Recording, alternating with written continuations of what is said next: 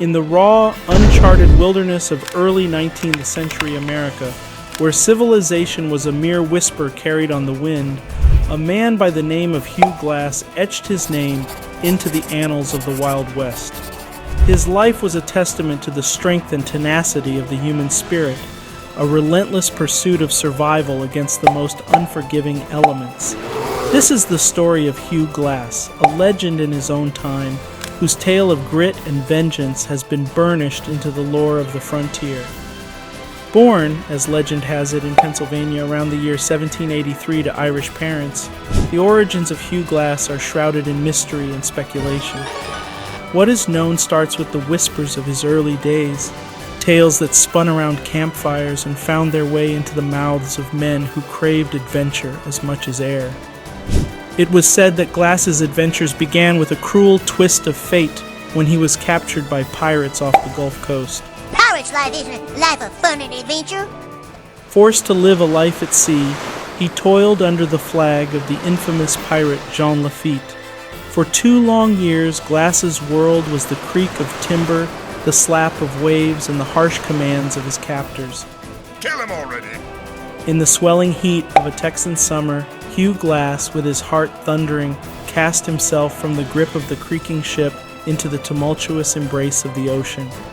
The waters around him writhed and coiled, but with steadfast strokes, he cleaved through the waves, emerging on the sandy banks as though reborn from the clutches of the deep.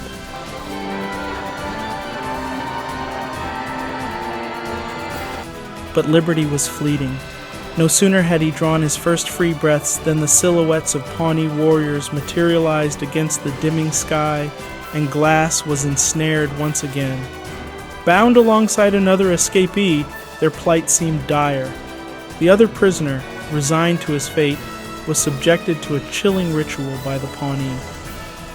They unleashed upon him a savage ordeal that shattered the plain's silence with his anguished cries. The Pawnee warriors, with methodical precision, dispensed their agonizing tests, their practices steeped in ancient tradition, testing the captive spirit against the unbearable. Glass, however, extended a desperate plea for mercy, proffering a small, intricately carved wooden trinket, his last possession and a token of respect to the Pawnee's might and traditions. The tribal chief, captivated by Glass's audacity and the carvings, stayed the execution.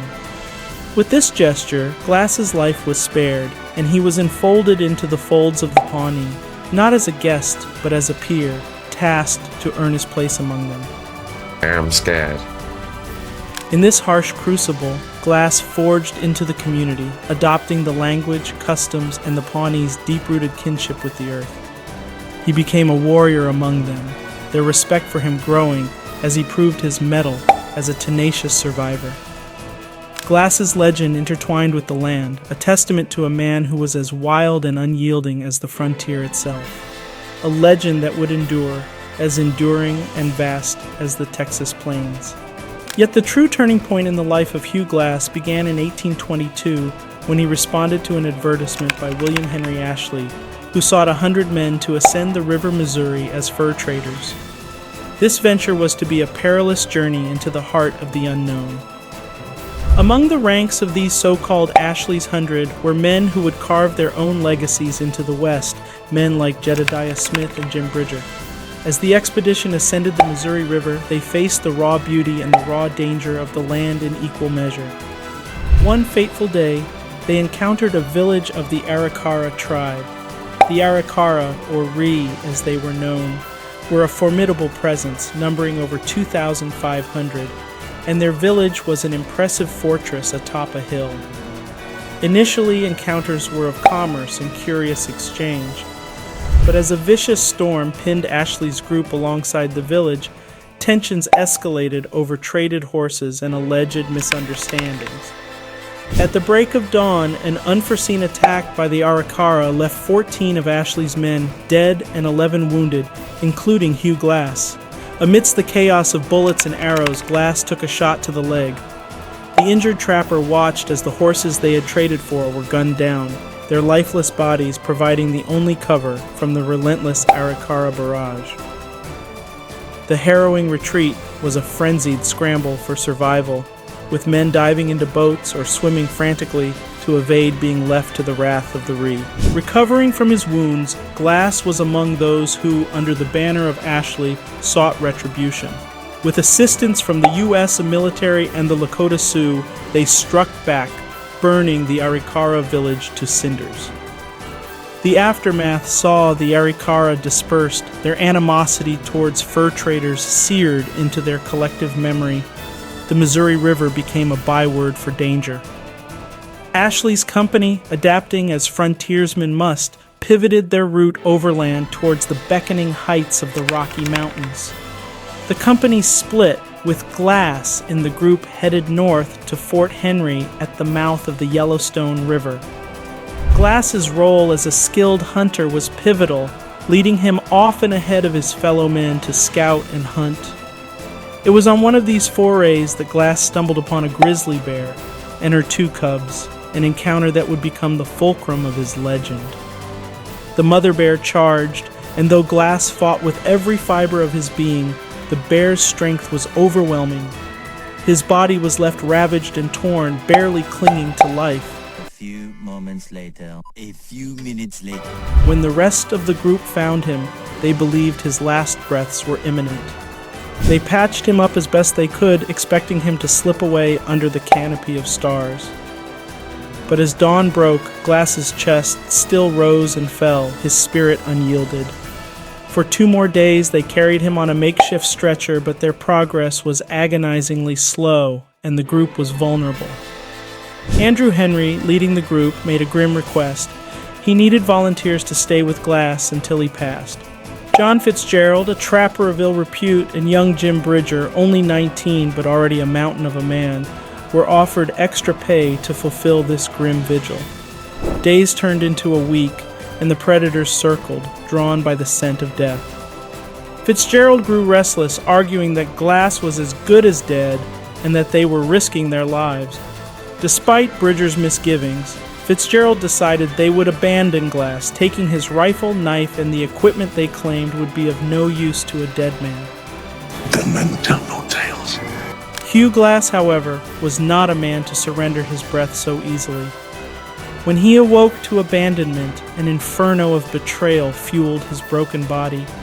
Driven by a will as indomitable as the mountains, he set his broken limbs as best he could, dressed his wounds with maggots to eat the dead flesh, and began an arduous crawl towards civilization.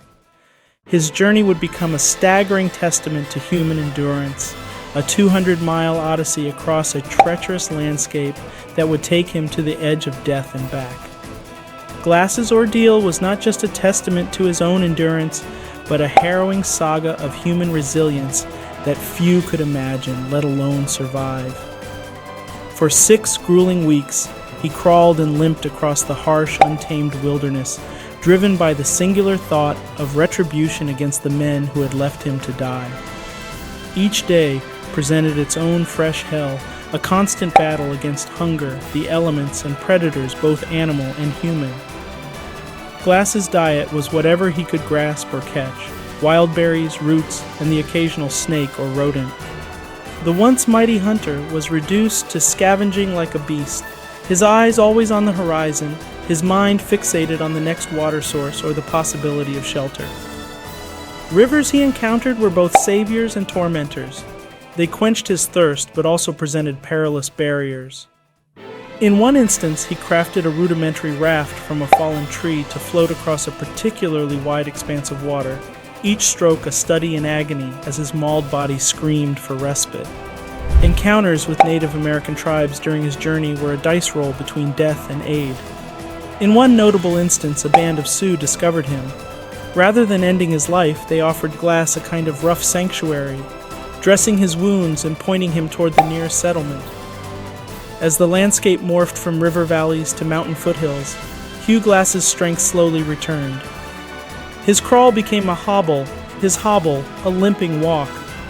By the time he reached the Cheyenne River, he was able to fashion a raft and float downstream, an endeavor that would save him days or perhaps weeks. His journey was not solitary. The wilderness of America's vast frontier was a hotbed of activity with trappers, Native Americans, and wildlife all a part of the moving tableau. Glass avoided larger groups of Native Americans, fearful of running into hostile tribes, and remained as stealthy as his battered body could manage. Finally, after what seemed an eternity wrestled from the hands of fate, Hugh Glass arrived at Fort Kiowa. His appearance shocked those present. This ghost of a man, gaunt and draped in animal pelts with eyes that burned with an untold story of survival. But Hugh Glass's journey was not over. His wounds had healed enough to walk, to eat, to speak, but the wounds of betrayal still festered. He set out once again, this time in search of Fitzgerald and Bridger, the men who had abandoned him. His path led him first to Fort Henry, where he found Bridger. Is revenge, sweet and clear. The young man, still barely out of his teens, was shocked to see Glass alive. Tales of Glass's death had been accepted as fact, and Bridger's relief was palpable when Glass, recognizing Bridger's youth and the pressure he was under from Fitzgerald, forgave him. The fiery spirit of Hugh Glass blazed like a prairie fire stoked by winds of vengeance as he traced the deceitful trail of Fitzgerald.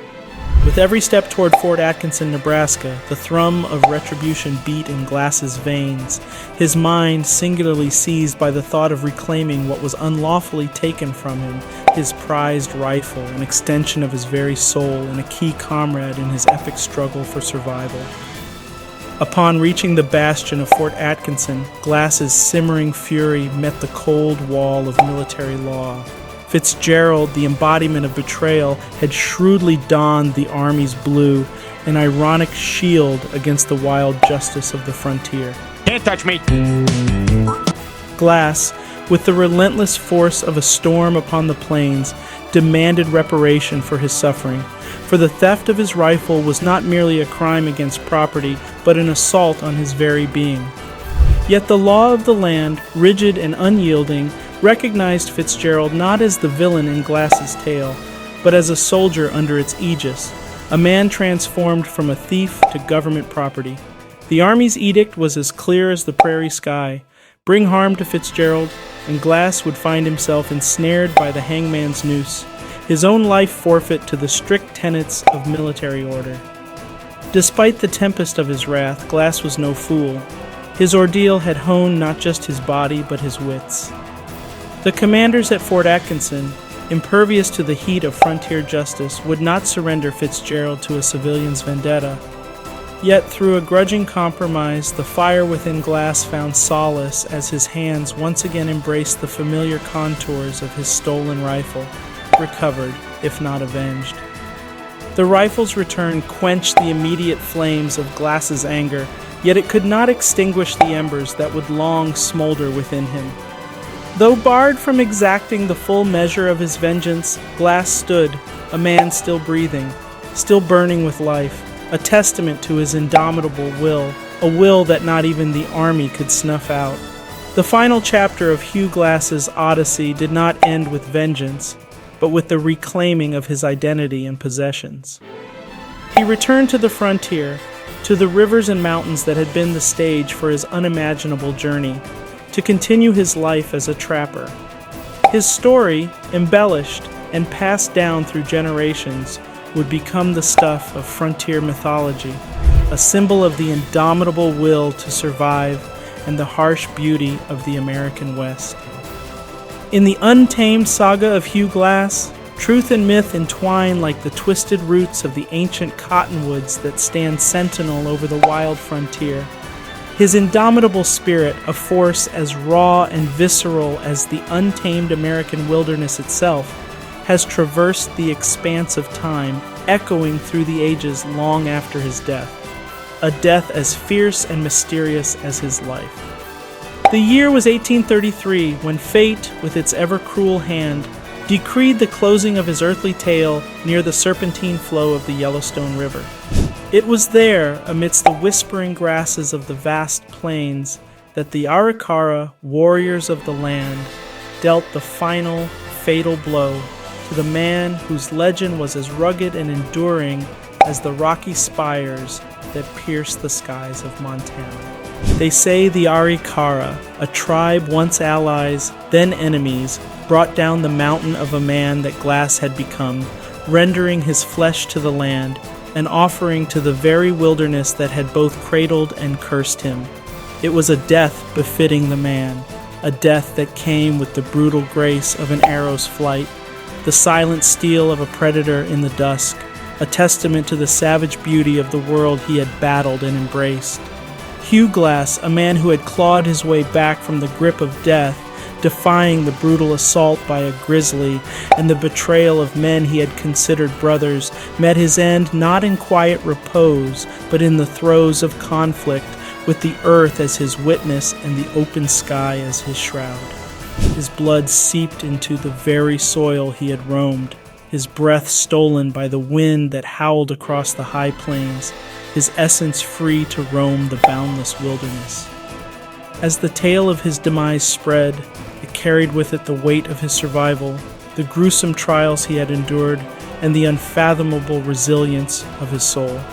In every retelling, Hugh Glass died, yet he was reborn, immortalized in the annals of frontier history, a legend carved into the very bones of the West, a spirit as wild and unyielding as the land he had mastered, and that, in the end, mastered him. If this narrative resonated with you, do support us. Hit that like button, drop a comment with your thoughts, and subscribe. Thank you for staying with us to the end. See you in the next video on Plaid Chronicles.